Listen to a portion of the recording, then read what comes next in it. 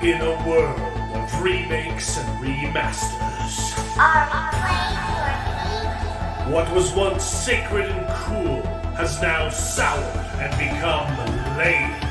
Red? Gone are the days of Pods and Cowabunga. Now is the reign of slurp juice and dabs.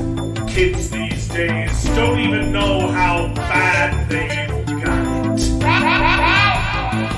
Now it's up to the best generation to rise to the occasion and make a show that dares to go where a lot of other nerdy shows have already gone quite a bit. That's right. They're going to talk about it a lot.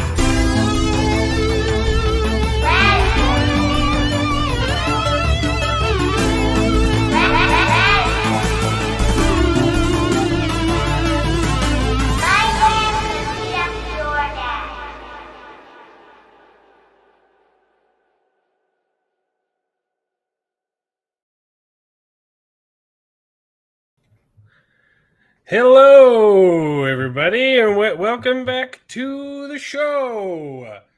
This is Best Gen. It's a show where nerds complain about nerdy things. Super original, I know. We call it Best Gen because we're all from the same gen. We happen to think it's the best, but we're very accepting of everyone. You're always welcome to join the stream. It doesn't matter when you're born, just as long as you can acknowledge that Dr. Dreadful never tasted good, but was totally so good. Those were disgusting. I don't think there was a single Dr. Dreadful mixture that ever tasted good. Yeah, it was all that artificial strawberry.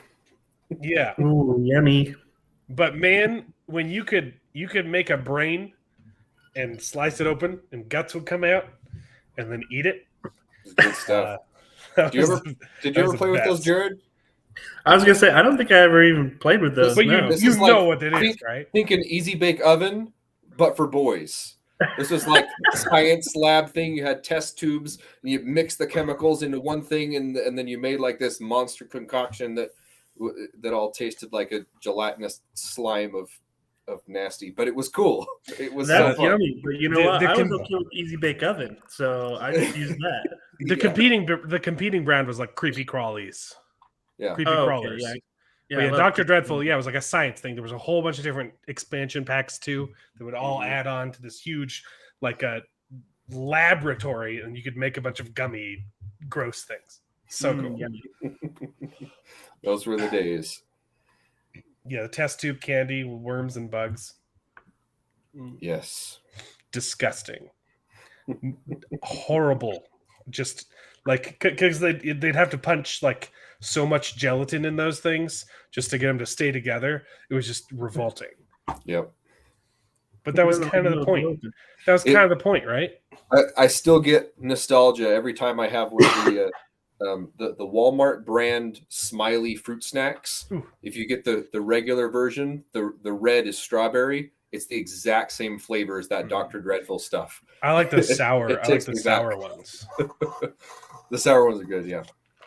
I don't love that kind of fruit snack. I prefer like the Black Forest. Black Forest is good, or Mott's. I don't like the ones where it clearly like doesn't taste like a fruit. Yeah, The Black ones- the Forest ones and that I Mott's are tried. good because they're real fruit and it's delicious. Yeah, Martina's right. They stick to your teeth. The smiley face ones. But they're cheap, man. Sometimes we have David on the show. It's a diversity hire. We don't ever have to think that what he says is correct. I said we get them all the time. I didn't say I enjoy them. It sounded like you like it. Oh, I crack up on one of those smiley face gummies and just get so nostalgic, baby. All I said is the flavor of the red smiley face gummy from Walmart, the Great Value brand. It's like That crack. one tastes just I like just do a that couple artificial lines of them, strawberry just Dr. line them up and Dreadful. Oh, it's so good. Yeah. So, welcome back, everybody. It's been a spell, because I've been out of town, and I got sick. I got my whole family got the Rona, so Yeah. we're quarantined. So no, I have not seen Thor: Love and Thunder yet. Stop asking. I can't leave the house. That is good. That is a good Can't- movie. Really? Yeah. I liked it. You Yeah, I liked liked it it? a lot. You seen it too, David? No, I haven't seen it yet. Oh, okay. I haven't seen it yet. I'm seeing it next week or this week, so we can talk about it on the next show because our quarantine should be up. But the reviews do not look good, Jared. So I'm Really? surprised you liked it. Yeah, I liked it. It was a lot of fun. It reminds me a lot of the third one. The third one was a very Ragnarok, yeah. Well, it's the same director, so That's Yeah. what I heard. It's Ragnarok, but turned up to 11. yeah. It was fun. I enjoyed watching it. a lot of the Yeah. reviews I've seen compared it to Batman and Robin. Oh no. So that I'm concerned. But if you're saying it's That- good, I look. Here's the thing. Here's the thing with Taika Waititi. I enjoy a lot of his work, a lot of his early work. He's made some great movies, and even recently with Jojo Rabbit is a masterpiece. It's a great movie. What We Do in the Shadows is good. Ooh, Jojo Rabbit is good. Yeah. But I think I've said this on the show before. I feel like since he's gotten Hollywood famous, like all of his good works they're all indie movies, you know. And then but I enjoyed Ragnarok. It has issues, mainly the comedy is good, but there are points where it does take away from the story. And we've talked about this before. It's a bit like bad improv when you make a one-liner at the cost of your scene, right? Yeah. So I think Ragnarok is hilarious, but there are a few moments where Thor himself is like too stupid. You know, in the first two movies, well, it's just the first movie specifically. Thor's thing was fish out of water, right? So like ignorance and customs, and that's why you know, like throws down the cup another, right? And that's where the humor came from. And but then in Thor Ragnarok, he kind of just became an idiot, and then I really did not like how he was handled in Endgame at all. It was stupid, especially because Fat Thor. the MCU had done like PTSD really well with Tony Stark, and then they just made it a joke with Thor's character, and I was just like, I did not like Fat Thor at all.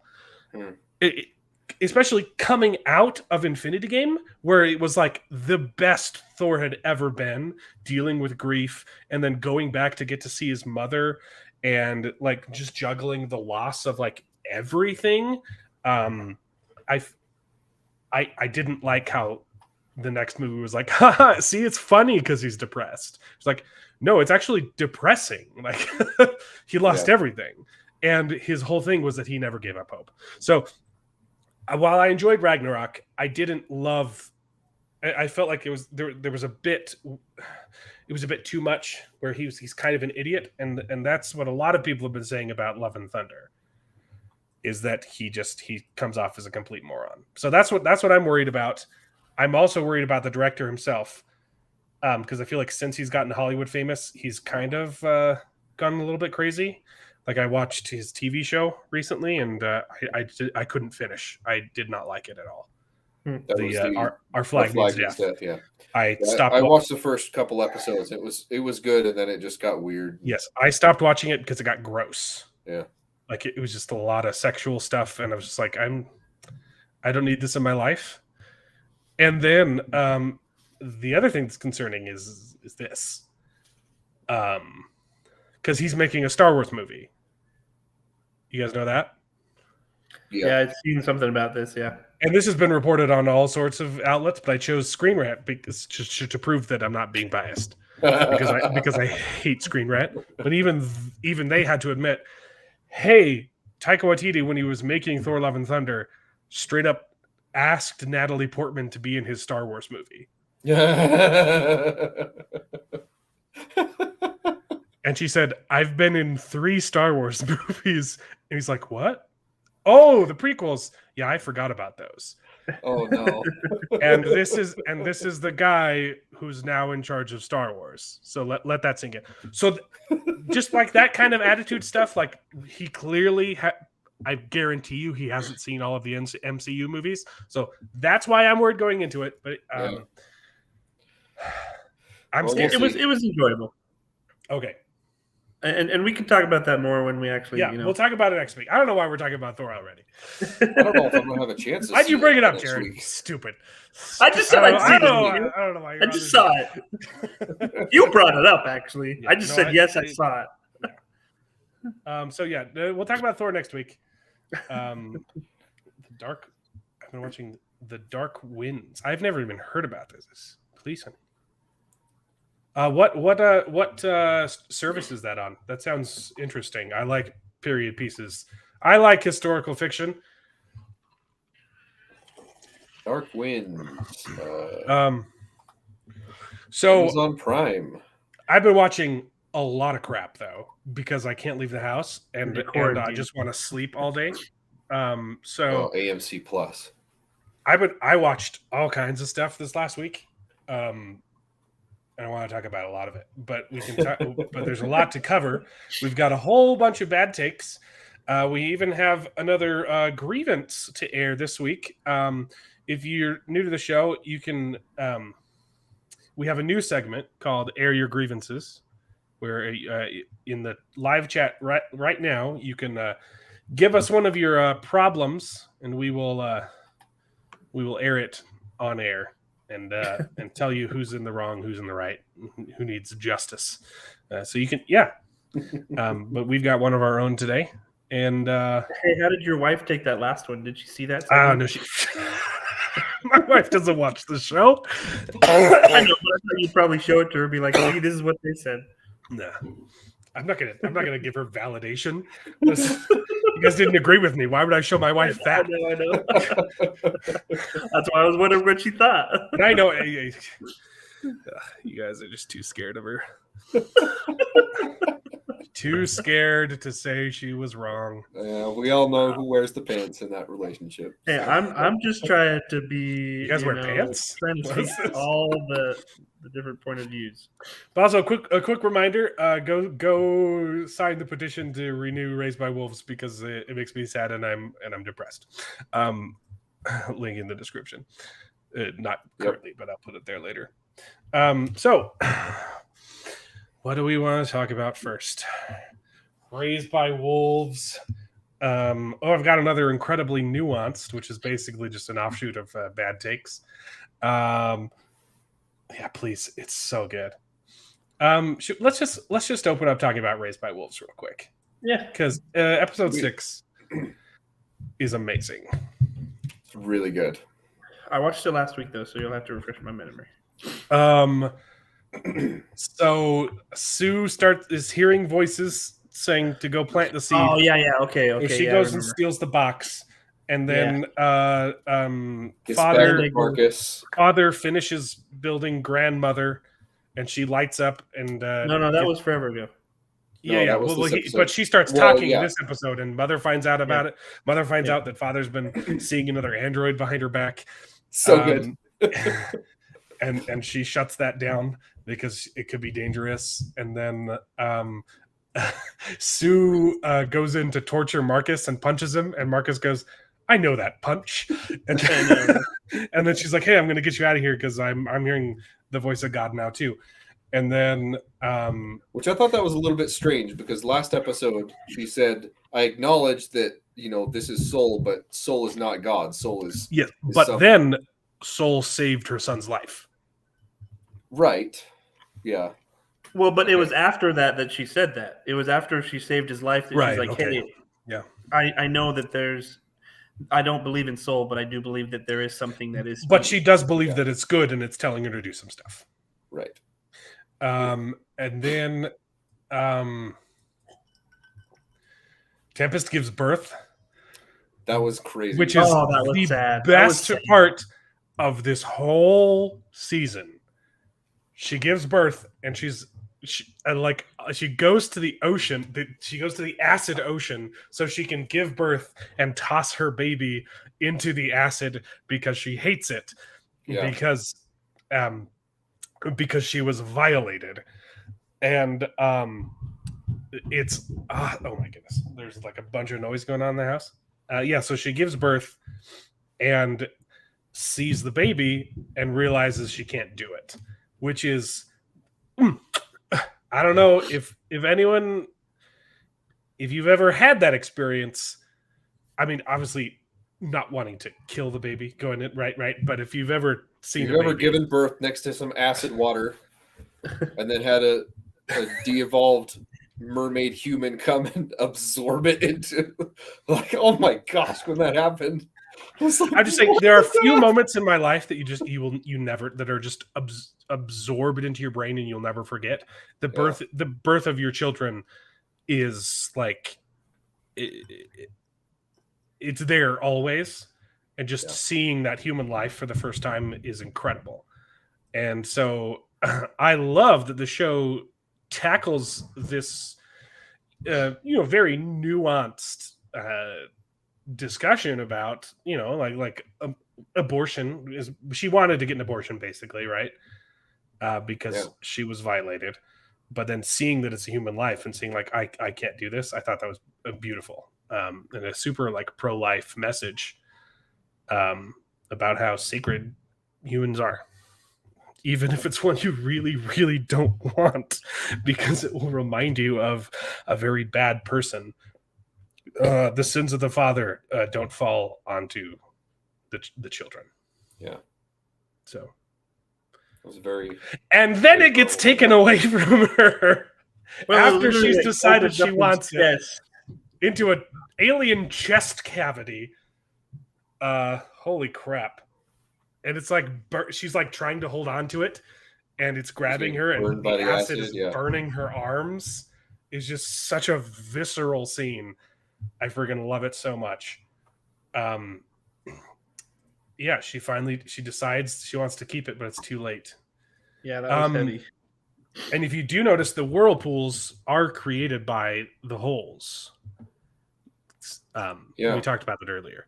There are holes in the ground, in the water too, and I noticed that. Seems like those oceans would drain though, so I don't know what's going on. They just go through the center of the earth and come out the other side, and except for the other side is arid. It's not tropical zone, so I don't know how that works. And then there's the box with the seed that gets opened up, and there was a card that was a warning about it in Marcus's shoe, but it got taken away from him, and so he didn't get to see what the warning was. Yes, and the warning is that Sue is now a freaking tree. well, thanks for joining us either way. If we never see you again, so it doesn't explicitly say it, but it pretty much says, Sue's a tree now. Yeah. I mean, there was a heartbeat, and the skin of the tree was like pulsing, like the veins in Marcus's face when he had the eyeballs in him or whatever. Yeah, well, and he's looking at the tree while his boy's saying, "Mom, Mom, Mom, where are you? Where is my mom?" It's pretty heavy-handed. Yeah. Well, she planted the seed. Yep. Isn't that crazy? Crazy. It was nuts. She turns into a tree. And the way to open the container was to sing that Mithraic lullaby or whatever. Yes. It's interesting. I definitely have to admit I am a little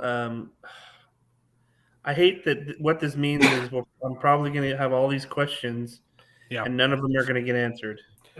A lot of them are answered this season, but not all of them, Yeah. Well, you finished, right, Jared? You've watched the last 2 episodes? No, I haven't finished them yet. Corwin. Oh, okay. Corwin finished them. Okay. Yeah. Yeah, I mean, I probably could finish them, but let's take our time. There's 2 left. Did you already finish, Dave? No. Okay. Yeah, Corin and I. My week was busy. I finished a long time ago. I finished the day it came Yeah, out. it's really good. This show is, like I've always said, it's really weird. It's probably the weirdest sci-fi I've ever watched.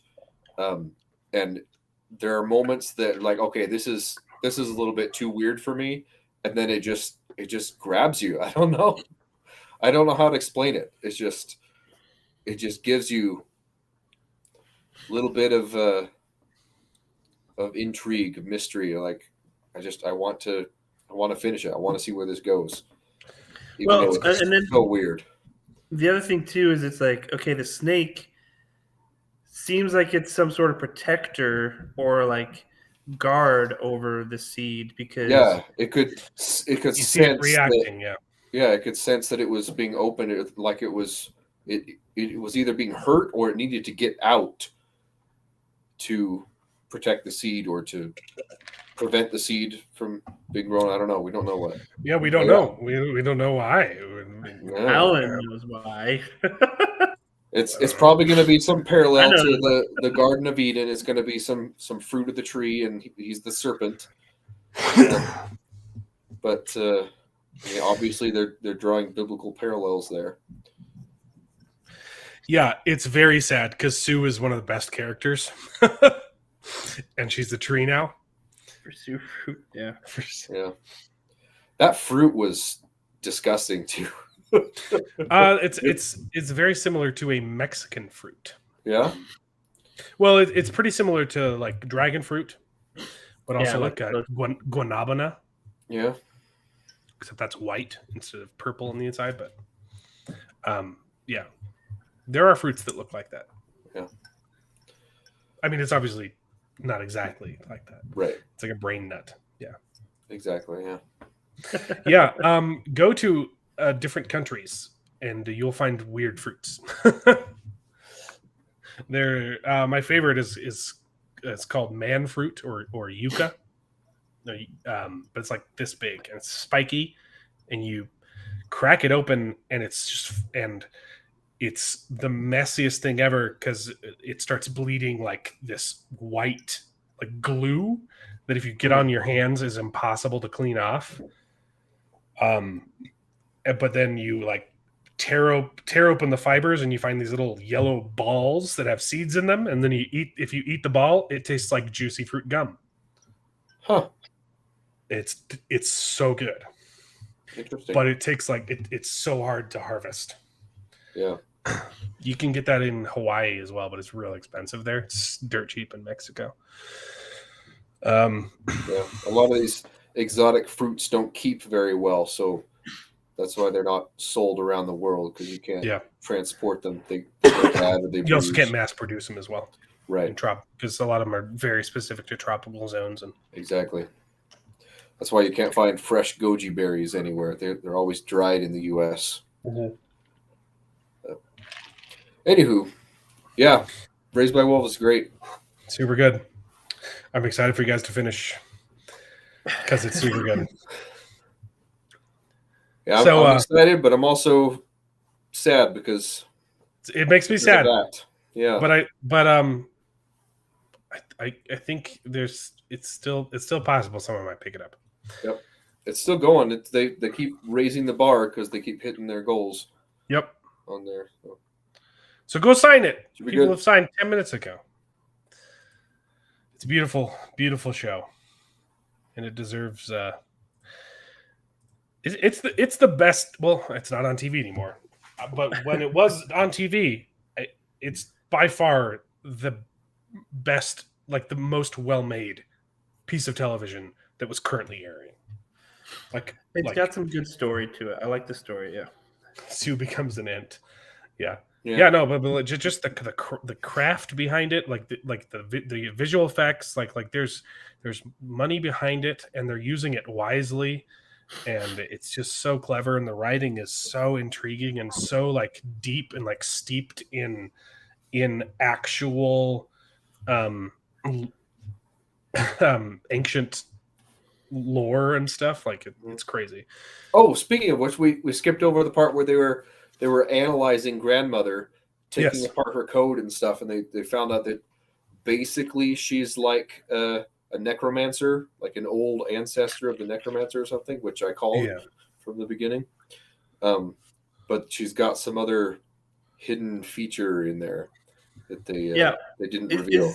What was the thing that you said Tanner called on this episode too? Wasn't it this No, episode? I can't say it until the finale. Oh man, it's literally the last scene of the finale. He made an offhand comment that totally predicted what's going to happen. Yeah, now I'm gonna have to rewatch all the episodes. I can't say anything about it until we finish. I gotta listen to what Tanner was saying there. It was a long time ago. It was months ago he said it, and I was just like, I can't talk. Nice. Yeah, Raised by Wolves. Go save the show. It's so freaking good.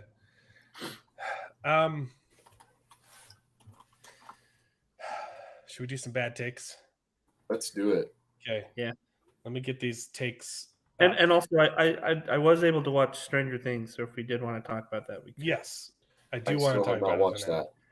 So we'll do this first, so David can leave, so we don't spoil it for him. Screen Rants. Bad takes. Bryce Dallas Howard should return for Jurassic World 4, but not as Claire. She can come back in a different way. What? Because it's a stupid title. It's saying she should direct Jurassic World 4 because she's a director, because she directed 2 episodes of Star Wars that weren't that good. First one she directed was good. It was okay. The second one was one of the worst episodes. So, it's just a big stretch. This is funny. She's the ideal candidate because she's rooted in the franchise and has a deeper understanding of the Jurassic Park canon than other potential directors. I don't think that the movies that she was in respected canon a whole lot, but okay. This is just a funny one. We got more. We got so many more bad takes, and they're all about Star Wars. It's not good. Don't watch it. I hated every second of it. I thought it was fun. As a dinosaur. It had some major issues. No. Okay. The rest of these are all about Obi-Wan Kenobi because Screen Rant cannot stop talking about how this show fixes Star Wars because they've clearly been paid to do so. Okay. Obi-Wan's weakness after the prequels was secretly perfect. It was cool that the show made him look like a complete idiot who wouldn't have been able to protect Luke Skywalker even if something bad did happen. It's because it was cool because he was dealing with PTSD. And so it's so much better. It was cool. He didn't have PTSD for all of Order 66. It was cool that he was completely useless the entire show, and that made it better. So if you didn't like the Star Wars, you're dumb. You're wrong. The Obi-Wan Kenobi explains a weird Luke and Leia scene in A New Hope. See, it's fixing the original trilogy. This is the one I sent you. Yeah, well, I already had it. You sent me a lot of articles, and I was like, I've already got all these. But thank you for wading through the filth. What? So they're referring to when Obi-Wan Kenobi dies, and Leia is consoling Luke, who just lost a dear friend. What was that scene weird? They're saying it was weird because she had just lost. No. I don't care what they're saying, David. Was that scene weird? No, it was not. I didn't think so. No, he just saved her life. And it came at the cost of him losing his best friend. And she's saying, there. I certainly didn't know that, complete stranger, but thanks for saving me. Yeah. But it's fixed now, even though it wasn't a problem. Because she also knew Obi-Wan Kenobi, and her way of showing it is pretending like she didn't know him at all and comforting other people. Exactly. It's fixed. Yep. It's fixed, guys. That's ridiculous. Yeah, because if she had this, if she idiotic. Remembered anything, she'd be the one that needed consoling. Exactly. If she knew who he was, it makes this scene weirder. Her knowing Obi-Wan Kenobi makes the scene not make sense. Yeah. Yep, absolutely. Oh, it wasn't weird. But we're fixing the OT, and it gets better. But because the best Star Wars future could be a New Hope reboot. No. Yes. No. Yes. No. Yes. You bigot. No. There weren't enough people of color in the original trilogy. Is that what they say in the? But if it gets rebooted, that's going to happen. Yeah. Oh, it's so good though. As it, yeah. Don't touch it. It's not broken. No, I'm not. I'm not even going to justify this article by reading it, because it's stupid. That's just a bad take all around. But they're going to do it. The original trilogy is sacred and it should not be messed with, unless you want to bring back some of that, despecialized material. No, don't mess with the originals. They're going to. You know why they do it? They can. It's because now they'd be like, okay, well, now we messed up the original story. Now we got to fix the original story. Yeah, there's more. There are more problems to fix. The original trilogy is problematic, David. There are more things that they can change. Yep.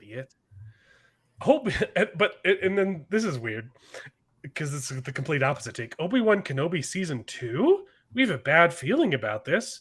Are they going to do a season 2 about this? Because season 1 was really good, but if they do a season 2, it might make us not like it. Did they watch the same show? Of course, they're going to do a season 2.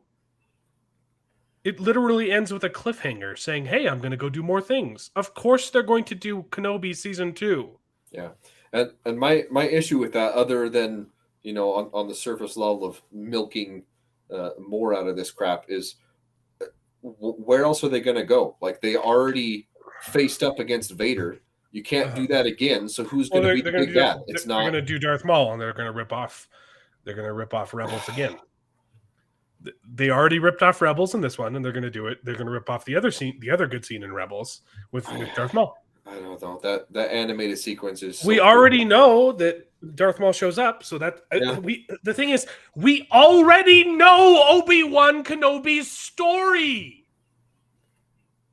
Yeah, we already knew all of it. There was a way to tell this story in a way that gave us more information and more intrigue. But the story was, he went to Tatooine and he hid there. That was the story. That was right. That was it. Right. And so I would have prefer it. And I'm still surprised that they didn't go this route, because they already set up Black Chrysanthemum, the Wookiee character, in Boba Fett, right? Yeah. Black Chrysanthemum came and threatened Luke and Owen on Tatooine, and Obi-Wan had to go step in and protect him. That's the perfect catalyst for this whole story. He should have been hiding out on Tatooine, but they made Black Chrysanthemum. But they made Black Chrysanthemum sympathetic in the Book of Boba Fett, so they can't do that. Yeah, well, this is how he gets his scar. So maybe he was a the Book of Boba Fett happens after the original trilogy, so it could have been a prequel. Just stop doing prequels. Yeah. Just stop doing prequels.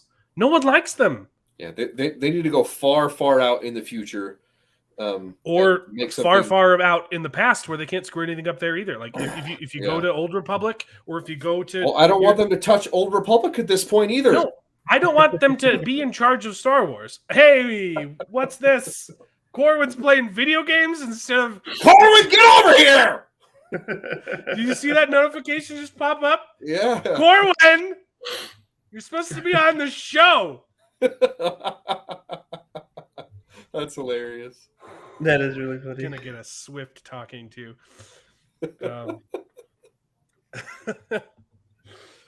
Yeah, he had a rough day at work. And, I mean, I would have loved 2 years ago for them to make a Knights of the Old Republic, but I don't want them coming anywhere near Knights of the Old Republic now. Yeah, but it would be the High Republic. It would be the smart thing for them to do because you can mess with stuff more and people won't care as much. Subvert expectations again, yeah. I would hate it, but yeah. You would only offend like the deep lore boys, you know? Yeah, that's true. You wouldn't offend literally anyone who's seen the original trilogy, which is everyone on the planet. So that is true. But we're not done yet. Because Obi-Wan Kenobi made Han Solo's Star Wars intro even better. This is the worst article I'd ever seen. Do you know why? Because Obi-Wan Kenobi introduced us to a completely different character who was a ripoff of Han Solo. Yeah. And that makes Han Solo's introduction better. What? Why? Yeah, exactly. Good question. I'm glad you asked that, David, because it's a stretch. Their reasoning is because he was a swindler, but actually tried to help people. Because Obi-Wan Kenobi met him, he would be more willing to accept Han Solo's help because Han Solo was in it for the money, I guess, too. Yeah. It's the most because they were both smugglers. Backwards logic and reasoning there. You ripped off this character, and that makes this character better. I don't get it. Yeah. But it gets worse. Really scraping the bottom of the barrel here. Obi-Wan Kenobi's bad lightsaber battles were secretly perfect. It's okay that they were bad because they were supposed to be bad. What? Because if they were good, it would make A New Hope look bad by comparison because the lightsaber fight in A New Hope was bad. Yes. That is the one criticism that I have against the original trilogy is the lightsaber battles are lackluster. In A New Hope, I love the lightsaber. I love the lightsaber fight in better. Empire Strikes Back. Luke and Darth Vader fighting is incredible.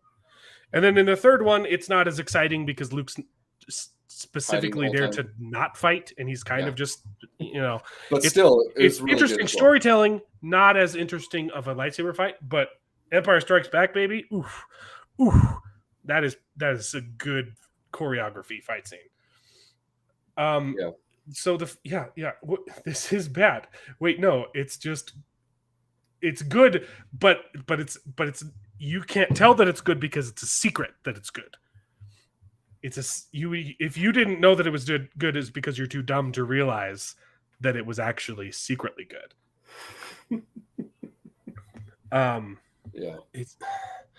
But they did you can't say this because they had Obi-Wan become a Force god at the end and throw a bunch of rocks at him, which he couldn't do in the original trilogy. So your justification doesn't work. Yep. It's stupid. They're just trying their hardest to justify the show. Yeah, they are. And it's literally like every other article they write is trying to justify Star Wars. Yeah. And I got a couple articles from CBR. Obi-Wan wasted its chance to kill Kenobi, which that's kind of the point, yeah. Would be stupid because he's alive in A New Hope. So that's why they didn't kill him. I agree with you that it made Darth Vader look stupid by not killing him twice. But they couldn't do it. So the best thing to do would have been to not make the TV show. Also, it's kind of weird that it's not Obi-Wan Kenobi wasted his chance to kill.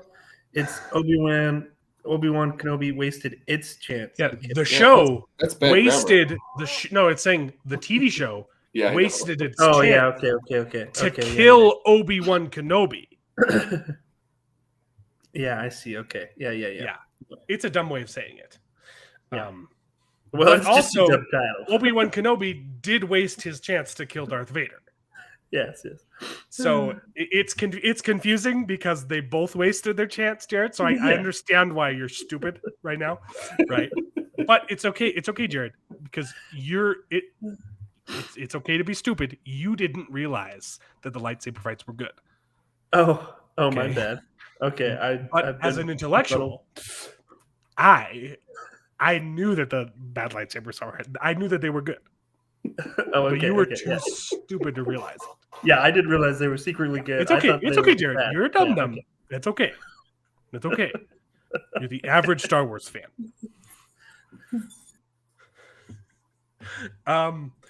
They did say this though. Obi-Wan Kenobi created a big problem with the original trilogy because they were too overpowered in the last fight scene, and then they weren't in A New Hope. Yep. And they're saying, "Oh, that's really confusing," but it's okay because doing that fixed Star Wars. Make up your mind. I know they try and play. They try and play both sides, but yeah, this covers everything we've already gone over. Oh, it fixed Star Wars because, it has a bunch of reasons, and I just stop. Yeah. Oh, it's rhyming. Oh, and Reva gave Vader his best trick in A New Hope to put a tracking device on a ship, which is not an impressive trick, right? Like it's the kind of rhyming that George Lucas always envisioned for Star Wars Galaxy. So just ripping things off is okay now because George Lucas said that history rhymes instead of history doesn't repeat itself. Just stop. It was a bad show. Stop justifying it. I'm so tired of Star Wars. He's secret smart. Jared, you're secret smart. It doesn't come off. It doesn't come off. Most people won't realize that you're smart because you look so stupid all the time. But secretly, I do give a lot of reason to think that. Secretly, you're a genius. Oh, just stop. You made a bad show. But they can't admit that they made a bad show because they need the money because they wasted so much money. But go watch Raised by Wolves. Go save Raised by Wolves. Our favorite site. This is the one that puts out a new article every month saying, "I'm sorry, this isn't the month that the Wheel of Time is coming out." They did a good thing though, and they said that Raised by Wolves needs to be saved, and I 100% agree with them. Yep. So support good stuff. Don't not support good stuff, and don't support bad stuff. What if the bad stuff is secretly good? Oh, if it's secretly good. Here's a general. I mean, this is like good life advice in general. In general, if you can't immediately tell that something is good, it's because it isn't. Right?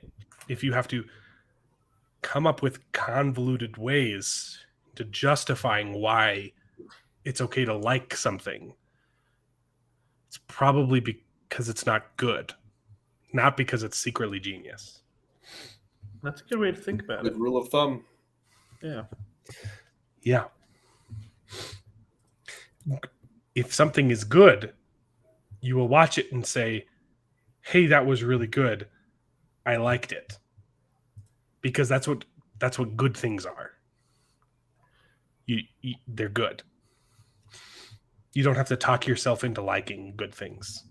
You're blowing my mind right now. Like ice cream. If they made like a poop flavored ice cream, you'd be like, "Well, it's still ice cream." Right? I don't know, It's but the Birdie Bots, it's secretly good. Here's the thing: poop flavored ice cream is secretly good because it subverts your expectations. You're expecting something to taste good, And if you want something to taste good, like all the time, sometimes that can get a little stale. And so when you take a bite of poop ice cream, you're like, wow, this is disgusting. And that's different. And that's exciting. So it's secretly genius. You just go ahead and market that there. Technically Mexicans, poop ice cream. No, have you guys seen Nathan For You? No. What? An amazing show. Nathan Fielder. It's a parody of like those fix your business TV shows where they go and say, hey, here's the problem. You need a better marketing strategy, right? Like there was one called like The Prophet where they do that. So his show is he goes in and just comes up with really bad solutions and tries to get people to go along with him. And the episode 1 is a poop flavored ice cream because it's great. Wow. So you're just ripping off someone else's original content. No, I just realized that I was. But it's okay because it rhymes. History rhymes with itself. There you go. No, but the joke was that it was bad, but he convinced people to do it. It's great. Okay. There's a bunch of good ones. Like he goes to an antique shop that has a you break it, you buy it rule because it's like there's a bunch of stuff and so he says what you need to do is there's a bar down the street. Because you're not selling very well, you need to capitalize on the you break it, you buy it policy and lure in drunks so that they break your stuff and then they have to pay for it. And so he gets them for one night to open till like 2 a.m. and has a sign in the window saying free pizza, but he puts it at the back of the room and moves the shelves closer together so that people break stuff. It's great. It's ridiculous. Watch Nathan For You. Nathan Field. He actually has a new show coming to HBO called The Rehearsal, which is kind of a spin-off of one episode that he did in Nathan For You. The problem with Nathan For You is that he got too famous. And people kept recognizing him after 3 seasons. Like did you ever hear the dumb Starbucks? There were multiple times where he trolled so hard that like local news picked up his story.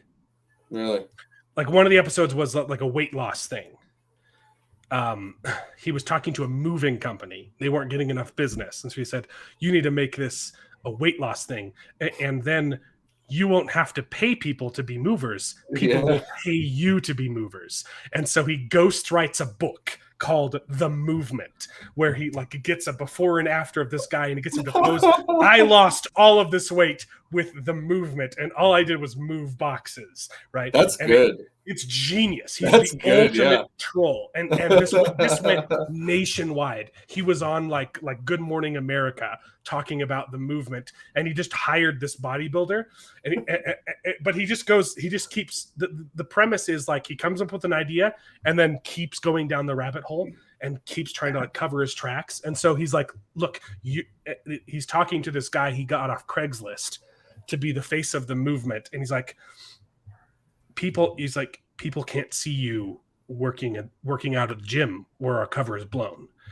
And so he makes him hide in a storage shed where he's made him his personal private gym. He's like, you have to stay here. And the guy just agrees to it because he's getting paid, right? And so he's just like, he makes him hide in a storage container to work out so that no one knows that it's brilliant. It's so good.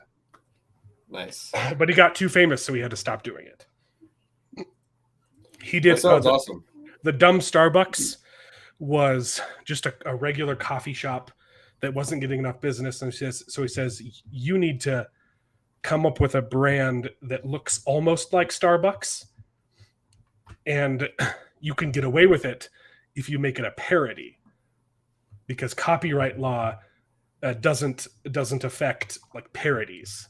And so he's like, call your store Dumb Starbucks and make it look like a Starbucks, and people will come in thinking it's Starbucks, and then when they try and sue you, you can say, no, we're a parody of Starbucks. And then the shop doesn't say no, and so he makes his own. They obviously don't agree to it, so he makes his own shop, and people thought it was a Banksy. They thought it was an exhibit. It made huge news, and it was brilliant stuff. I'm super excited for his new show, the rehearsal. So cool. That'll be on HBO. Yeah, it looks like it's a spinoff. There was an episode he did trying to get around no smoking indoors. Mm-hmm. There was a bar in one of the states where you couldn't smoke inside, and so he said the only and they said we lose a lot of business because we have to tell people they have to leave if they want to smoke. And so he says, okay, you can get around that because the exception to that law is if it's in a play. People can do plays and they can smoke. And so he says, okay, so you need to turn your bar into an art studio and put on a show called Live Improv or something. Yes. And so he does like a slice of life play where they get to smoke inside, and like like it's ridiculous. And then he becomes like obsessed with the show and thinks it's more important than the business, and it just goes down that rabbit hole. So that's kind of what it looks like his new show is going to be, like rehearsing every aspect of life. It looks great. Nathan, for you, super good. Nathan Fielder, and he's got a new show. It's coming out. I'm super excited for. That was a How much did you pay for that advertisement? Nothing. I don't get sponsors, but I'm about to shill for a bunch of other things that I watched because I was sick. I watched Last Night in Soho. You guys seen that one? That's good. Well, Edgar Wright is my favorite director, probably. That's the one with Matt Smith, right? It's Matt Smith and yeah. That one chick who's in everything now. I can't remember her name. It's got the girl from The Rabbit in it. Super. Yep. It's different from his other stuff, but it was brilliant. Like it the way it is expertly filmed and presented. The story is pretty average. It's nothing like groundbreaking, but it's made so well and crafted with just such intention that it is an experience. Yeah, that's on my watch list for sure. It's genius. It's on HBO. It's on HBO, which we are all sharing. Like I said, it's it's on my watch list for sure. And then I watched The Terminal List with Chris Pratt, and I loved it. And I just started that one too. You started it? The first episode or what? That's a show? First two. It's a TV show. It's 8 episodes long. Gotta scratch my back real quick. The limited series? List. Huh? Is it just a limited series? They're gonna do a second season. There are more books. I don't think it's like set in stone if they're gonna do another season. But it's kind of a standalone thing. Okay.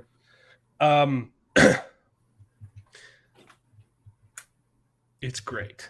So, but I want to compare The Terminal List to Lightyear in another incredibly nuanced segment. Let me pull this up real quick. I forgot that. Oh, no. This is incredibly nuanced, baby.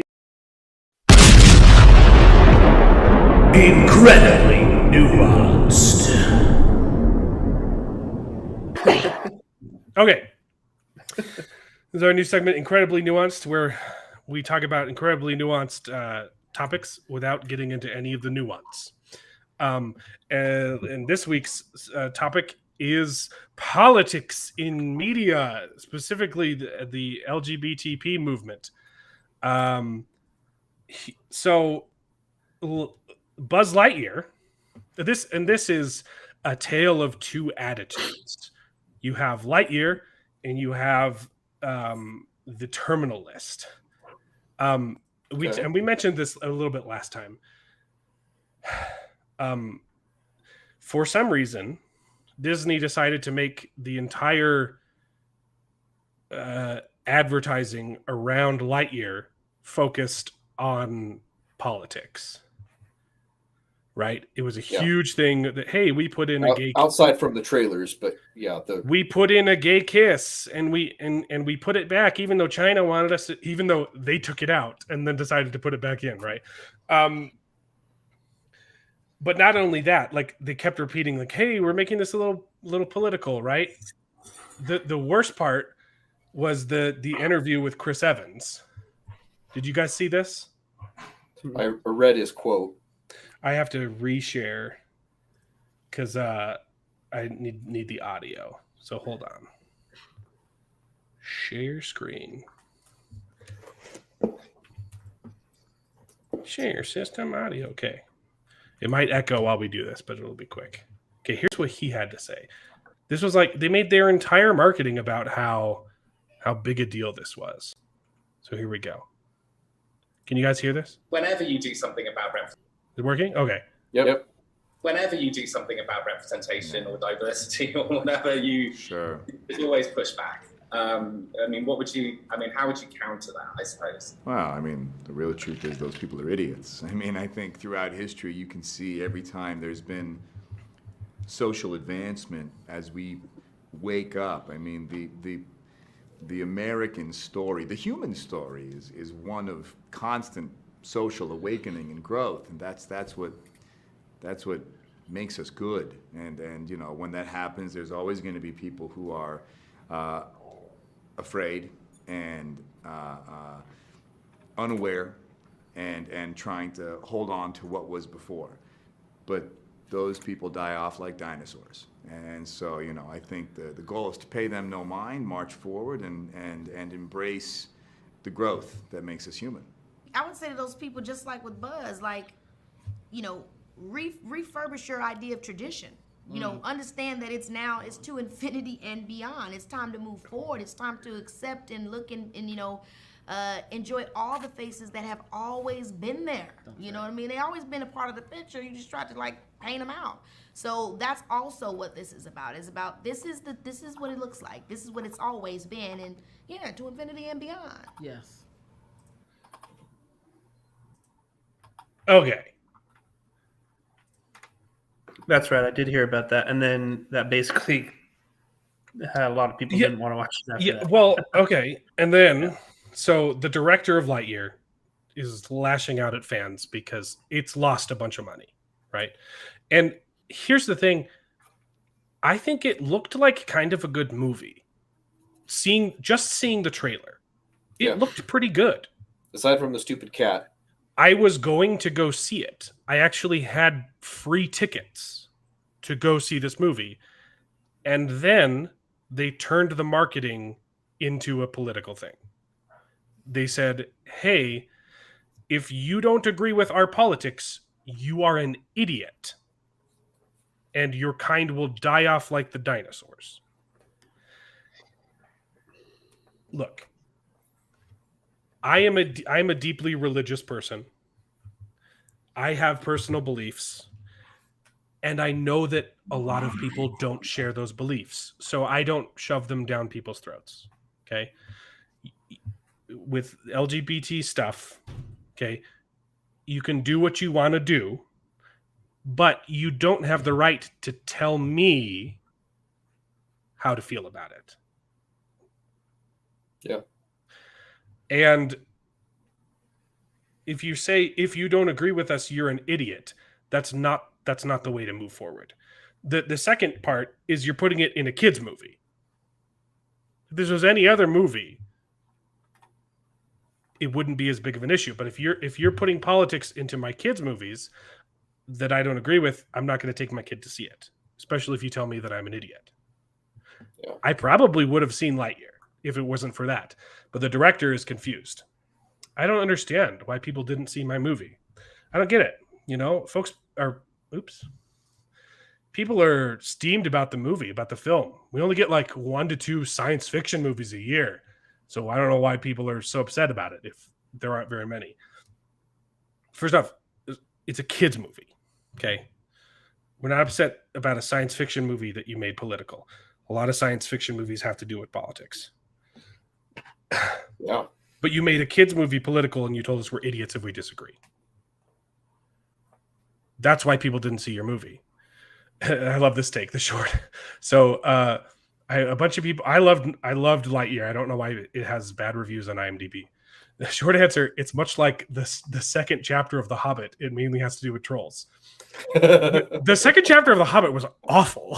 It didn't have to do with trolls. It's that it ended with a teaser. Yeah. Like the whole movie is building up to the dragon, and then you see the dragon, and then I'm going to go kill a city. Credits. Right? Yeah. Like, and then there was that weird barrel chase scene in the river that was stupid.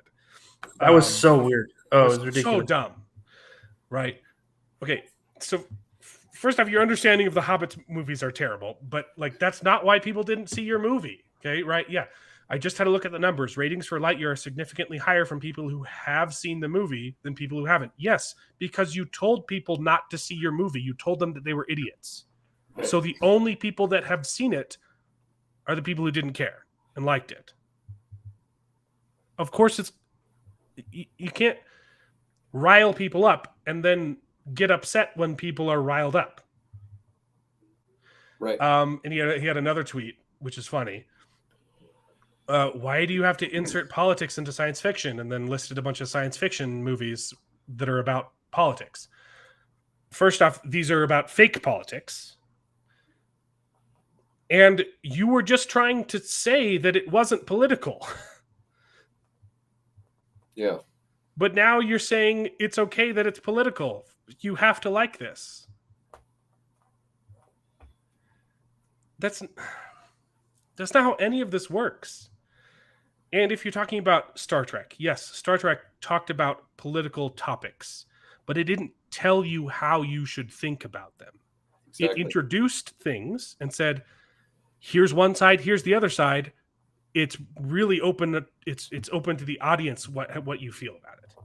Exactly. That was the great thing about science fiction, is it brought up moral, political, spiritual, philosophical conundrums and made you think and instead made you of think about telling it. you how Exactly. to think, which is what Star Trek is doing now.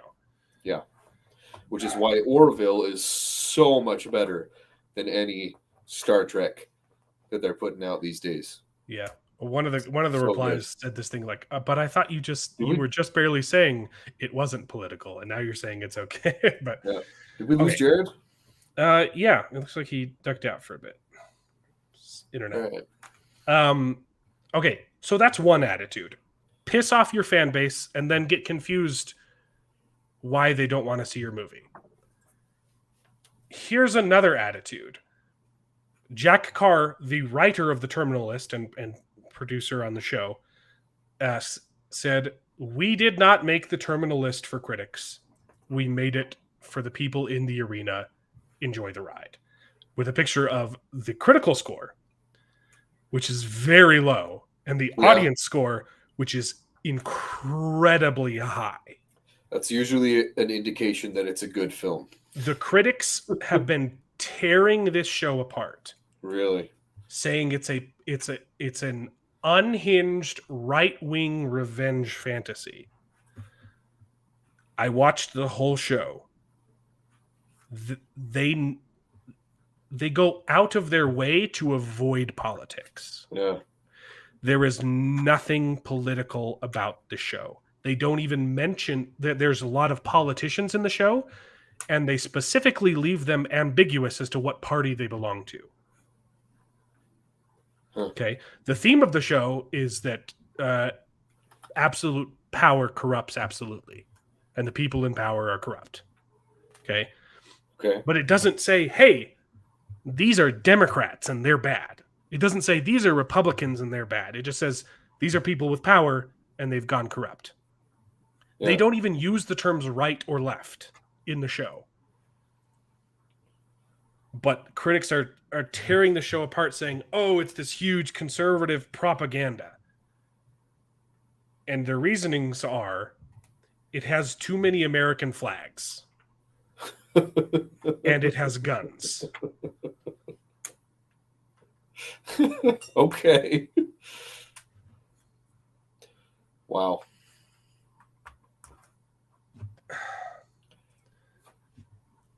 It checks out, though. I mean, that's what's crazy here is that one of these pieces of media was propped up by the media. everyone in the media was saying, "Oh, go see Lightyear. It's this huge, groundbreaking thing. It's great." And the other was torn down, saying, "Don't go see this show. It's bad." And then people watched both of them, or some people didn't because they were told they were idiots, right?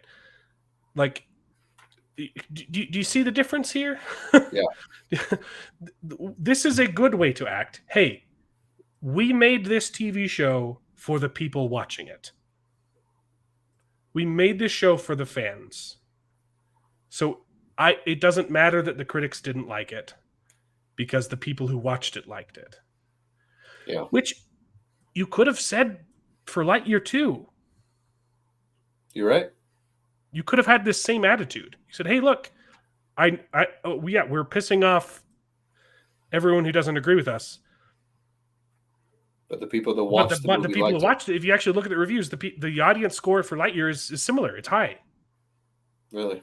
Yeah. Yeah. Because the only people who would have watched it are the people who would like it, right? Yeah. It's just That's so true. indicative of how out of touch some people are with reality. Like the director of Lightyear is upset that people didn't watch his movie after they intentionally pissed people off. Yeah. And the author of this literally did nothing political, did nothing wrong, and for some reason was blasted by the media. Like there are a lot of hit jobs. This is not the only article just tearing into the show. Yeah. Like the critics did not like it. They're saying it's crap. And he's like, "I don't care. People are watching it." I can't see. Is that 84 or 94%? 94 for the audience. I think the critic score has gone up. Yeah. Yeah, that's unfortunate. But yeah, I watched make it. good content, and then stand by it. Oh, it's gone up a lot. The same thing with it has gone up. Look at that. It's almost doubled because more people are seeing it, but yeah. But still, it's not a good score. No. But yeah, it's the same thing with Star Wars. They made Star Wars and they made this character of Reva, and they said, "Hey, if you don't like this character, it's not because she was poorly written. It's not because she's the wrong type of actress to play in this role. It's because you're racist." It's like, no, just make good content, write a good story, and stop making excuses for it. Stop calling everybody else that sees your crap and sees how you could have done so much better. And stop calling them stupid and racist and shutting out that. And then get offended after people didn't like it. Right. Like you spent the whole time saying, "Hey, if you don't like it, you're stupid. You're stupid. You're stupid. You're stupid. It's secretly good, and you're a stupid head for thinking that it's bad." Yeah. I don't understand why people are upset. What's funny too is I called them stupid like 6 times, and they got upset. Yeah. They got upset. I don't understand it. I kept calling them idiots. I don't understand why people didn't like me after that. I saw another headline. Why didn't you pay me money after I called you an idiot? David, why didn't you pay me money? That's a good question. Why didn't you come on my show after I kept calling you an idiot, a stupid dum-dum on my show? Oh wait, Jared left. Yeah. But yeah, no, it's funny. I saw another article headline where I read that quote from Chris Evans saying that the people that don't agree with these changes and these things we're inserting into this kids movie are dumb and they should die off like the dinosaurs. And in that article it said it's funny because Dinosaur World dominated the box office over Lightyear like 3 weeks in a row, and it's not a good movie either. And it beat Lightyear. It beat Lightyear, I think, three weeks for Lightyear's initial release, and Dinosaur World had been out already, and it was still dominating the box office over Lightyear. But anyways, it's unfortunate because like you said, the commercials, the trailer looked pretty good aside from that stupid annoying cat robot thing. It looked like it could be an enjoyable film. I was planning on watching it, and then I was told that I was an idiot. Yeah. Well, I'll watch it when it finally comes to Disney Plus because I don't have to pay extra for it. But yeah, like do what you want to with your dangly bits, okay? But you don't get to tell me what to believe. Yeah, and you don't get to get upset if I choose not to see a movie and because you've made that all the movie's about. Yeah, exactly. Oh man, I bullied you and you still didn't do what I wanted. Dang it. So yeah, Jared's internet crapped out on him. He's texting me. Well, I don't know if he's going to be able to come back, which means we won't be able to talk about Stranger Things 4 if he doesn't. And we won't be able to air my grievance because, like, what's the point with just you and me? Man. Right. David's got a grievance. I've got a grievance. Hold on. But yeah, I don't know. Like you, I think we should probably save it till we have a bigger audience. Right. Well, this has been incredibly nuanced. That's my favorite stinger. It's so good. Yeah. Let's see. He's texting me. His internet's not working anymore. Okay. Well, I'm just texting him. Great. Well, you just ruined our whole show. All good. See, we're doing this on air. I just got to text him back and to say, it's okay. We'll just have to put off Stranger Things for a week. Hey, maybe I'll have seen it by then. No, actually, I'm not going to be able to see it by then. This is a busy week ahead of me. So, Strange Things next week. Well, while you're doing that, I'll go ahead and keep recommending the Orville. I've been continuing to watch season 2, and it is so good. I'm 3 episodes in. And yeah, I've watched the first 2 episodes of the Orville. Absolutely fantastic. I want to talk about it on this show, but it's the problem of like, oh, do we like make everyone watch? Yeah. Do we make everyone catch up, or do we just do it by Wolves 4 weeks behind?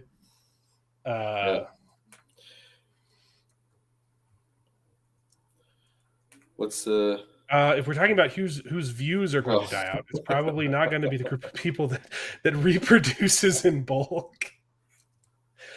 Yeah, that makes sense. Point. I mean, inherently, that's you can't make children that way, right? So I think that's why they're putting it in kids' movies.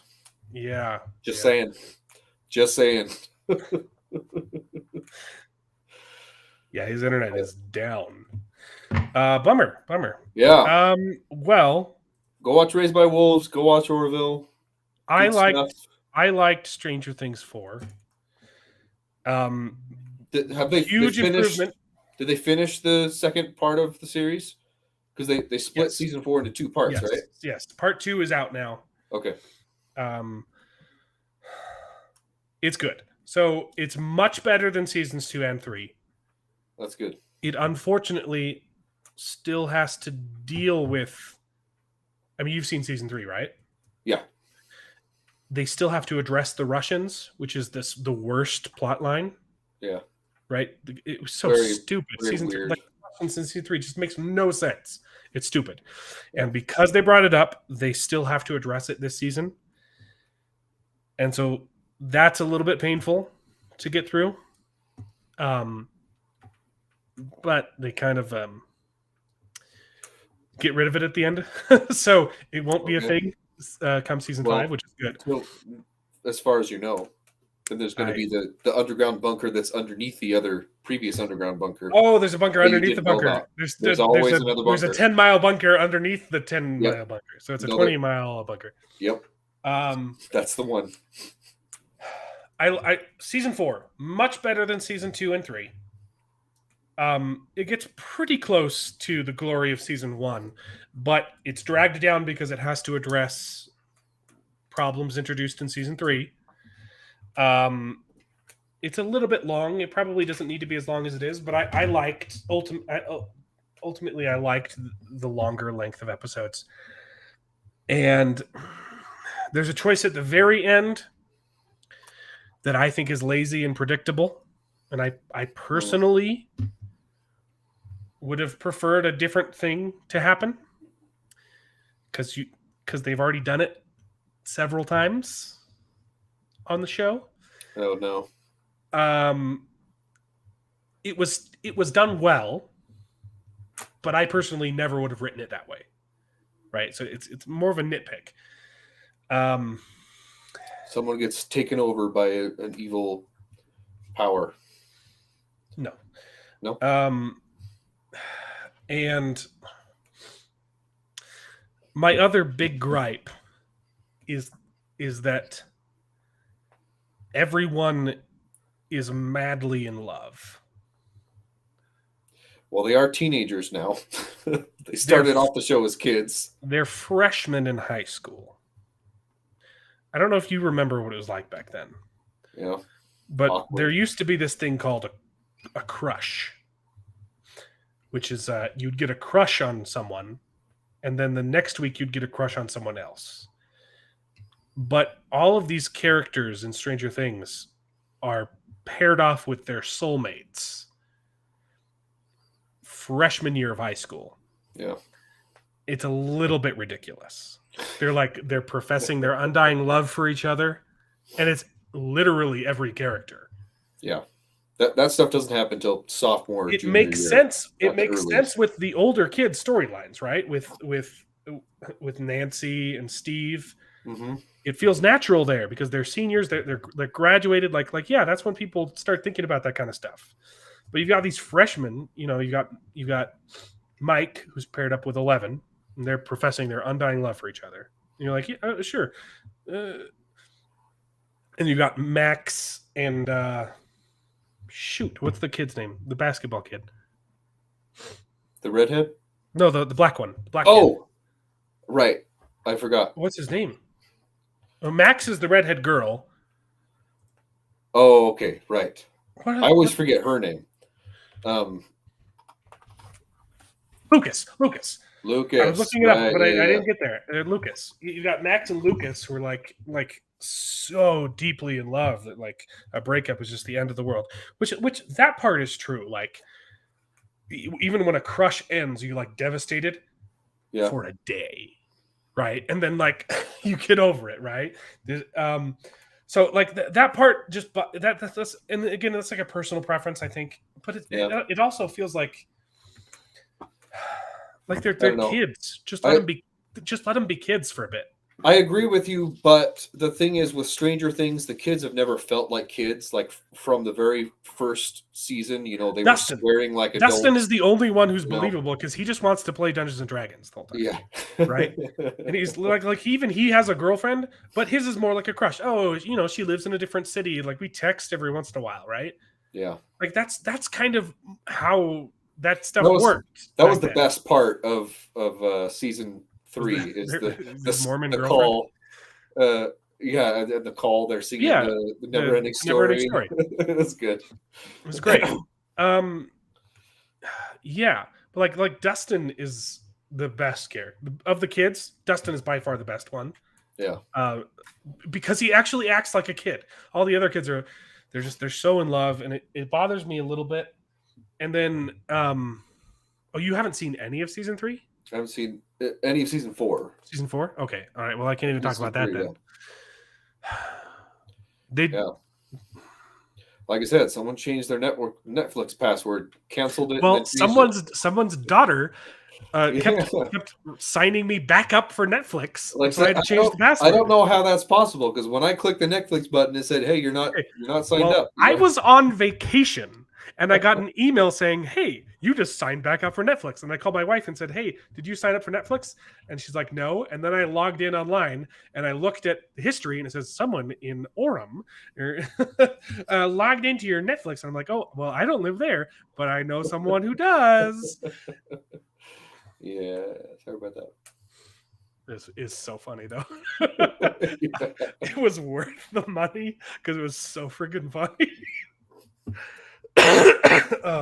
Except I don't want to pay for Netflix anymore because they just put a bunch of gross kids shows on their Netflix for kids.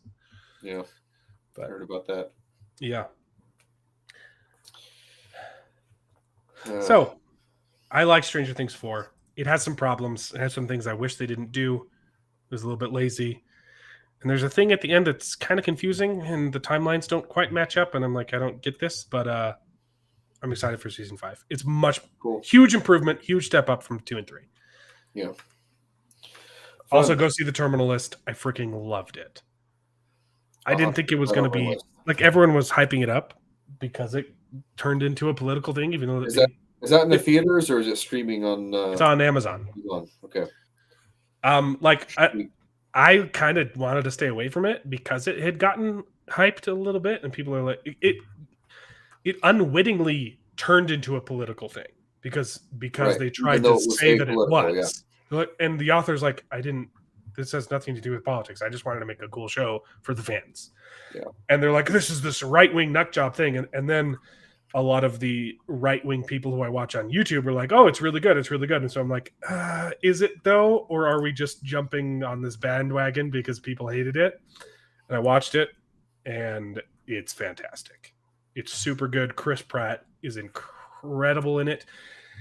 It did some things I didn't think it was going to do in a good way this time, not in a Stranger Things way. Well, with Stranger Things, I didn't want them to do it, but I knew they were going to. Yeah. And that's why it was worse for me. I was like, don't do it. Don't do it. And they did it. Terminal List, there are lots of twists that I didn't see coming. There's some that I did see coming. But Chris Pratt is just great in it. Does some great, it's great drama. It's some great action. Only crazy people fall in love straight out of high school. Oh yeah, that was the other point. Like, how many people do you know from your high school, like high school sweethearts, that actually ended up together? One. And we went to the same high school, but like 4 years apart. We saw each other like one time, and he gave me a wedgie. I know one couple from my high school, and they were like high school sweethearts from like sophomore year. Like it was a while. Yeah. But one. And in Stranger Things, literally every character is paired off with their soulmate forever. That's honestly why I didn't date for so long, is because I saw all my friends pairing up with, having boyfriends and girlfriends or whatever, and then like a month later they were mortal enemies. I'm like, I don't want that. I don't want to hate, Yeah. But yeah, so I put off dating for a while. Terminal List is freaking awesome. The action in it is filmed and choreographed extremely well. You can tell it's kind of a lower budget thing. Like it doesn't spend a lot of money, but it uses its budget very wisely. Yeah. There are a couple of scenes I wish had better lighting, but I think that's a budget constraint as well. With come on, some of your scenes are a little bit too dark. I had similar problems with the Book of Boba Fett. Like, and I had similar. It was about the same level where I was like, "Come on." Couple first episodes. Race Bolus is perfect. Never say a bad thing about it, or you're off the podcast. No, but I'm saying like my level of annoyance was similar to Book of Boba Fett with the lighting there, but it was more forgiving here because Book of Boba Fett literally has a technology that solves that problem, and they don't use it. And this show clearly doesn't have that money, and they're managing anyway. And there's just a couple scenes where you're like, you could have had some more lights there. Yeah. Super good action, super good story. I didn't love the finale, but I didn't hate it. I feel like it got a little, just the last episode, a couple of the characters' motivations got a little bit muddled, and I didn't love the choices that they were making. There's just a little bit of contradiction. And then there's some twists at the end. They're like, yeah, it's pretty good. But what a ride. What a ride. I loved the show. Cool. I'll have to see that. I hadn't, I'd heard about it, but It's like, and like I legitimately would not have known that there was a political angle to the show at all. Yeah. Like the only thing I can think of is that it has Chris Pratt in it, and he is slightly religious, and the left hates him for that. Yeah. I genuinely do not understand what was political about this show. Yeah. It's just it's a revenge flick. That's it. It's very simple and it's good. The couple I knew that got married in high school, they just got divorced. So yeah. And the one I knew from it's high almost school, like you make bad choices when you're a kid, right? Yeah, it's almost, yeah. Yeah. The one friend I knew from high school, technically they actually never dated when they were in high school. It was just it was the girl that he really, really liked and always wanted to date. And then finally after high school, they actually started dating and got married. Mm-hmm. Yeah. That's kind of similar to my friends. So I had two friends that they were never like hardcore dating in high school, but everyone knew that they were going to get married. Yeah. Everyone knew they liked each other. They never called themselves boyfriend and girlfriend. There's a weird couple. I had some weird friends. But like none of us ever really dated anyone in high school in my friend group. There were I think there were two of them that had boyfriends like once or twice. And but the two friends that I know married each other. So it's one group of, they were never they never called each other boyfriend or girlfriend, but they always liked each other. And it was pretty much just like an unspoken rule that after high school, they were just going to get married. Yeah. But they were never like kissing or anything in high school, at least not in school in front of everybody. But it's actually funny. Most people thought that I was dating her because we were really close friends and we shared a bunch of classes. I know what you're talking about now. Yeah, no. Like the whole school thought that we were a couple, and I was like, no, like she's basically betrothed to this other boy, right? And it's this unspoken thing. But like we were super close, super good friends, and she would like dress me up every day. Like we had like so many classes together that we would just show up in our first period class. She would have like a different like what do they call it? An accessory. She would have a different accessory for me to sport for the whole day in school. Like she'd hand me a scarf. Here, for today you have to wear this scarf and pull it off. And so I'd have to like it was like a game. It would get progressively more and more ridiculous. Yeah. Like I had some like Elton John glasses that I couldn't take off for the whole day. Yeah. Nice. Yeah, some people thought I was gay in high school. Same. It's all good. It's all good, man. Yep. But some people thought I was dating this girl. Keep it mysterious. Yeah. I did have to pretend to be gay for a week. That was what? That was one of the bets. The one friend who frequently had boyfriends started dating a guy that none of us liked. And so they had me pretend to be gay and hit on him for a week. I didn't know that. That's hilarious. I also got his phone number and just started sending him texts. Oh my god! And he didn't know who they were from. It was a lot of fun. That's hilarious. I never knew that. I knew a guy who was still in high school and got married and had 9 kids. So okay, that's 2. One of them didn't work out. One of them did. Yeah. Yep. Well, cool story. Next week, we've got the penultimate episode of Raised by Wolves, possibly ever. And I will have seen Thor. I'm not super excited about it. I have lots of reservations, and I've heard some terrible reviews, but I'm pretty open-minded when it comes to these things. I always go in giving the movie a shot. The only show that I know I cannot be unbiased towards is the upcoming Rings of Power. Yeah. There has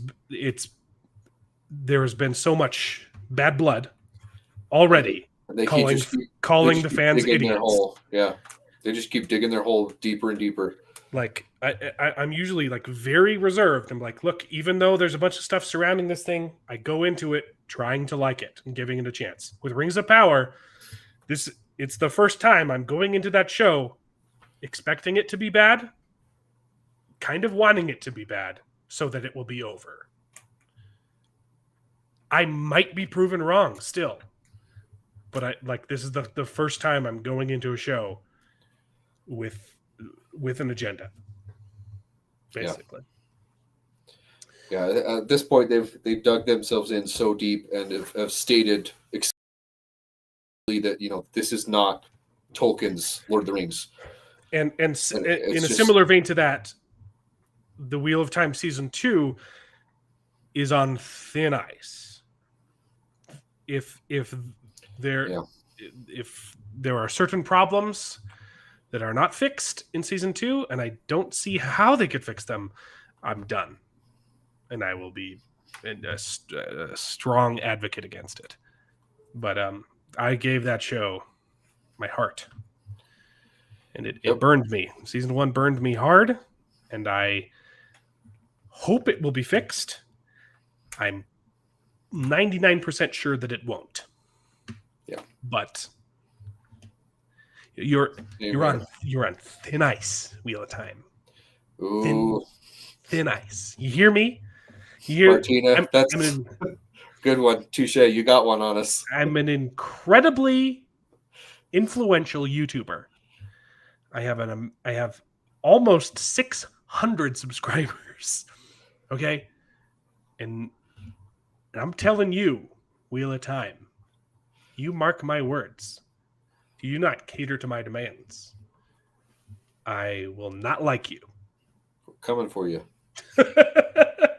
That's my 2 cents. I think that's all we got. Did you see Martina's comment on there? My mom. Yeah. Yeah, she got married straight out of high school. Yeah, but she wasn't high school sweethearts with our father. Yeah. Well, she graduated high school and then no, she met him her senior year of high school. But he was not in high school. He was not a high schooler. No. No. He was a creepy old man dating a high schooler. It's only 4 years older. 4? No. Yeah. No. They're 6 years apart. No. They're not 4 years apart, dude. They're 4.5. 4 or 5 years apart. I thought they were 6 years apart. No. Okay, it's not as creepy. Still a little bit creepy. Less creepy back then than it is now. True. Right? Because it's creepy. Different times. Different times. Different rhymes. Different pedophiles. So this has been wow. Actually, it'd be pederasty, right? Technically, I think there are different stages to it. No, she was 18.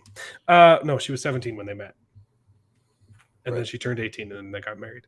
Yep. Man, 60s, was it 70s? 70s, 60s? Was it 70s? Yes. 70s were a wild time, baby. If it's not Tolkien's Lord of the Rings, then I don't want it. We all feel the same. This is not your daddy's Middle Earth, Martina. Yep.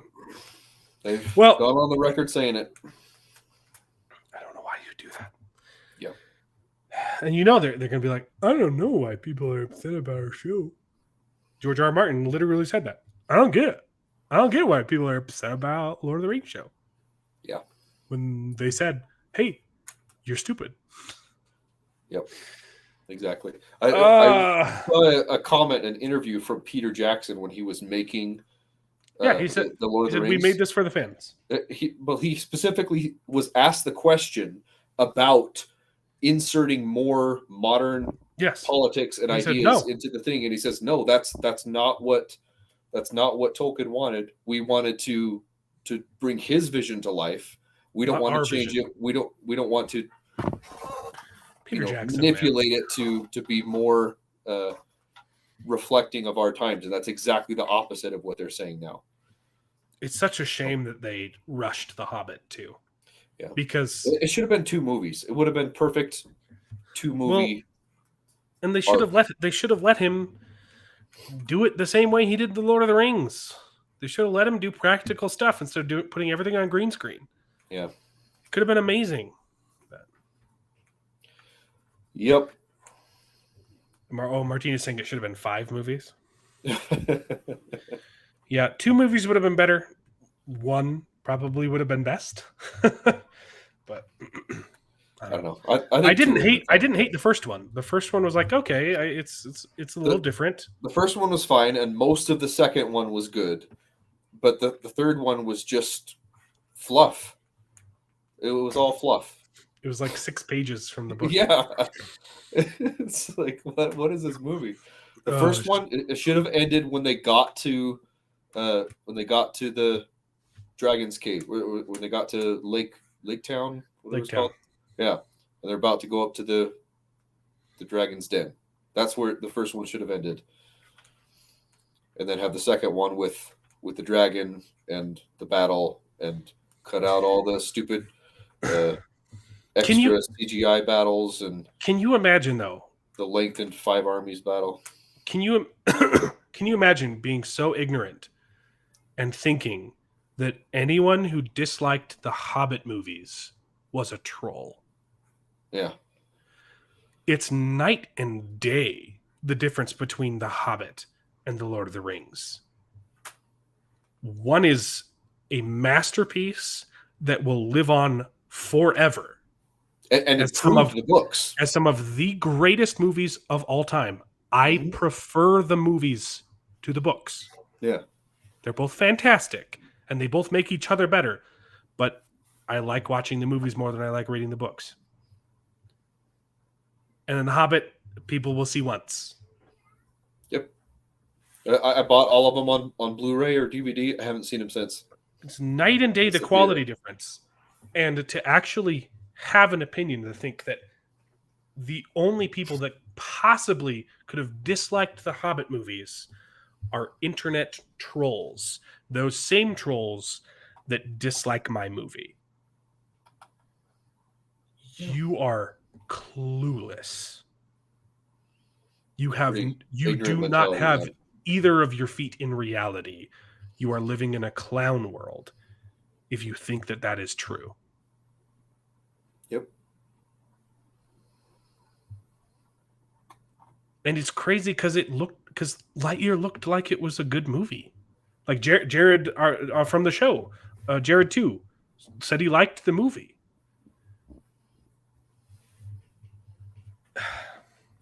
I don't understand how you can be so dense and just intentionally piss people off and then be surprised that people are pissed off. Yep. That's why I'm going into the Rings of Power with bad blood. Because I'm tired. I'm tired of these out-of-touch Hollywood types thinking they know better than you, telling regular people how they should live when they don't know how regular life works. And I'm tired of them getting away with it and never having to answer to anyone.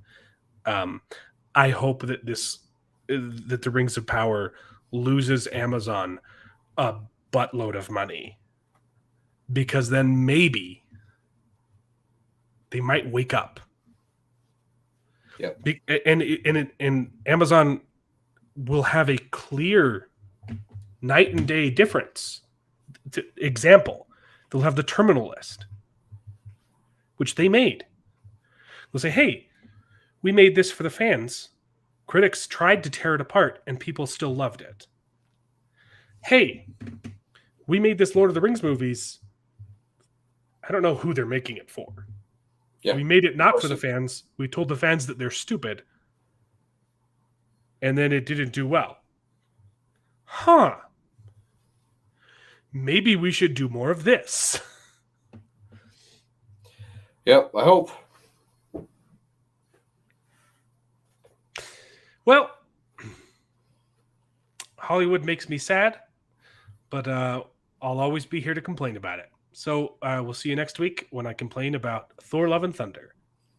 And Jared defends it like the shill that he is. Are you seeing it? I don't know if I'll have time this week to see it. Yeah. I'll have to see it tomorrow or maybe Tuesday. I don't really want to see it. Yeah. But I have free tickets and my quarantine should be up. So, Nice. yeah, we'll see you next week.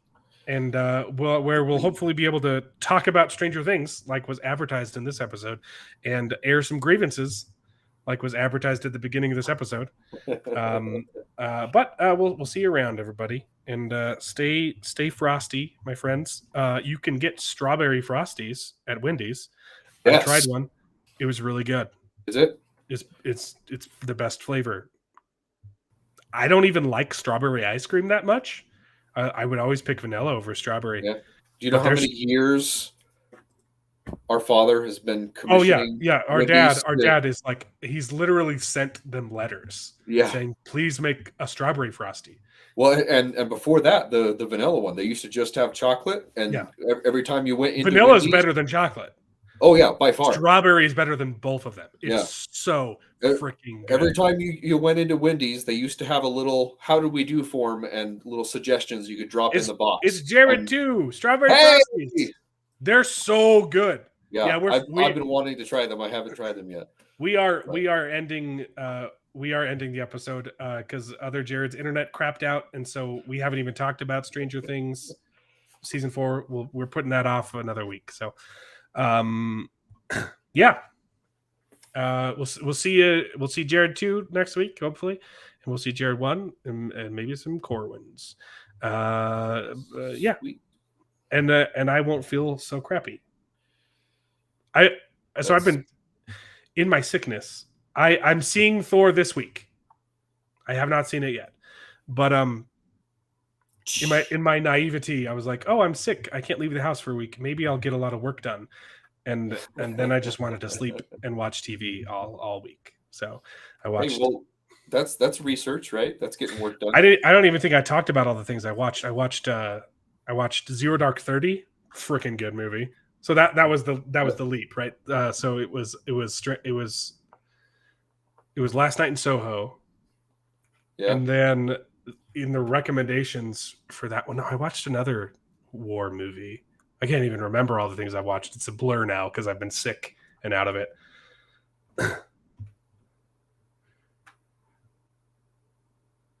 You got Umbrella Academy.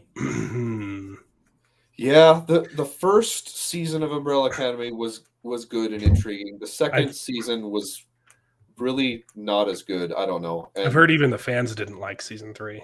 Yeah, the season 3, I haven't seen it yet, but I don't know. I watched season 1. It was okay, but I wasn't really pulled in to come back for season 2, and I just don't have a desire to watch it. Yeah, I watched Zero Dark 30. I watched that was the Chris Pratt, which led me to the Terminal List. Because Chris Pratt kills Osama bin Laden in Zero Dark 30. Right. Yeah. And then I watched him kill a bunch of other people in the Terminal List.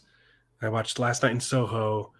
And I binged 2 whole seasons of The Impractical Jokers because they're hilarious. And they're on HBO too right now. Yeah. What else did I watch? Oh, I watched Stranger Things. But I've just been so sick, and I was like, I'm going to make videos, and I didn't make anything. So that's how it goes. That's how it goes. Well, we'll see you guys next week. Yeah, they're funny. I haven't started their newest season. I started from the beginning because I used to catch them on TV all the time, but I never watched it religiously. So now I'm just going to go and watch all of it. Yeah, they're funny though. I love them. Well, we'll see you guys next week. I've tried to sign out of this episode several times now. Sorry. And then Jared shows up. in the comments. And then strawberry frosties happen. Strawberry frosties. Go get your strawberry frosties, and we'll stay frosty, my friends. And we'll see you next week on Best Gen, where we wax nostalgic yet again and dream of the better days when nerd stuff didn't suck and was actually good. So bye everybody.